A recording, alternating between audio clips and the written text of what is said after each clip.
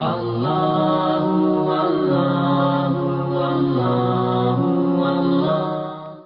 کی آیت کیا ہے؟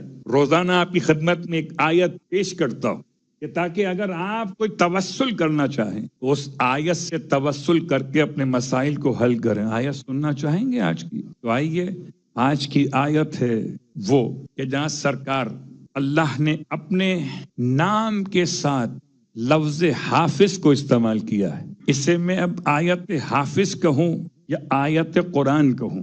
ہے یہ آیت سورہ یوسف کی آیت نمبر 64، اس کا آخری حصہ ہے۔ بہت مجرب آیت، اور میں نے آج خود عمل کیا ہے اس آیت پر، اور اس کا تجربہ خود کر کے آج ہی بیان کر رہا ہوں۔ صلوات پڑھیں۔ آیت بہت مختصر چھوٹا حصہ ہے۔ فاللہ خیر حافظا وہو ارحم الراحمین۔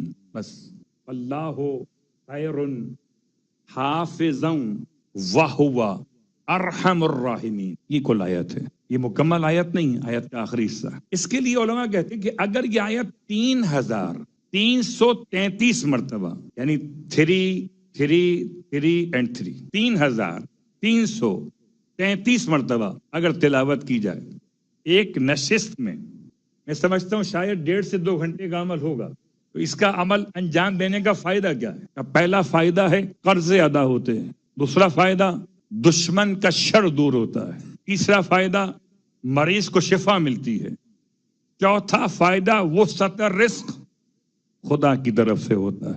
اب چاروں فائدوں میں جون سا آپ کا اپنا پرابلم ہو اس کی نیت کریں اور پڑھنا شروع کریں۔